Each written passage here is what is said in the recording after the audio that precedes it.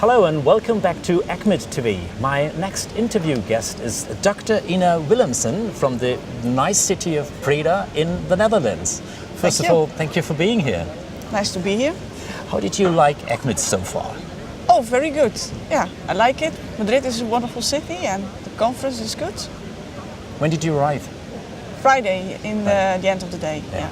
You had a very interesting talk just yesterday, I've been informed, on a new tool for infection prevention called IRIS. Yeah, IRIS stands for Infection Prevention Risk Scan. Infection Risk Scan. So what did you do? The IRIS is a method to measure the quality of your infection prevention program. So it gives you transparency about risk factors in your hospital, about antimicrobial use and antimicrobial resistance.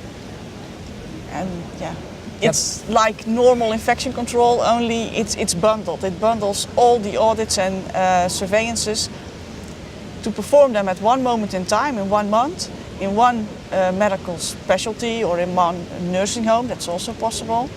And then we try to visualize the results in a very easy to read way, which is a spider plot. So I think this is the specialty about it, so to speak, which makes it a little bit different to all the other tools, the way you visualize the results. Can you go into this detail a little bit more? Yeah, I wanted to make something which was easy to read for the non-infection control preventionists. Okay. And to build a bridge between infection control and the people in the ward. So it has to fit on one paper. And then I came up with a spider plot, and each axis of the plot presents the results of one audit, so they can see if they are good or bad. It's green, orange, red, and the more room for improvement, the bigger the figure will be, so the more you come into the red zone. So it's absolutely easy to understand even for non-professionals in the area of microbiology or people infectious from the diseases. housekeeping, everybody in the hospital can read it with a little bit of fun. And what did you find on the national level at your institution? You did some comparisons there, didn't you? In the Netherlands? In the Netherlands. We did it in a few hospitals now in the Netherlands.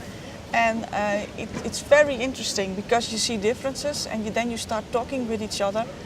What is your policy and what is your policy? And why do you have a good result and I have a bad result? So you can, it's a start of a conversation to learn more from each other. Yes. And then you tried even to compare this to another country, the United States, two completely different facilities. But that wasn't so easy, was it? No, the way we perform it is no problem. You can perform it there and it gives transparency about everything you wanted to know for your own hospital.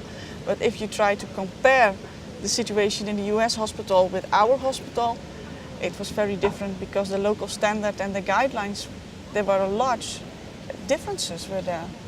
Examples? What was so different? Dress code is a very easy example. In my hospital, we are not allowed to wear rings and jewelry, long sleeves, and in the US it is. So, according to their guideline, it was okay. So, yeah.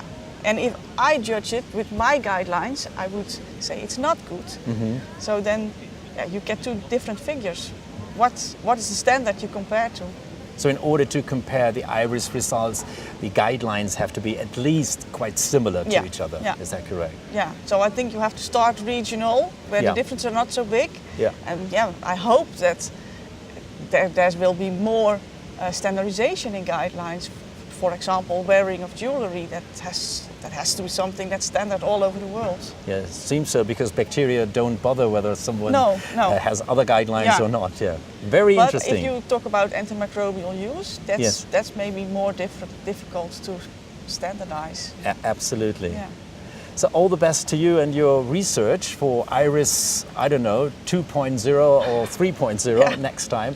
And this might be able to compare even on a multinational level then, maybe. Yeah, that would be great. All the best to you and thank you very much for being here. Thank you. Thank you.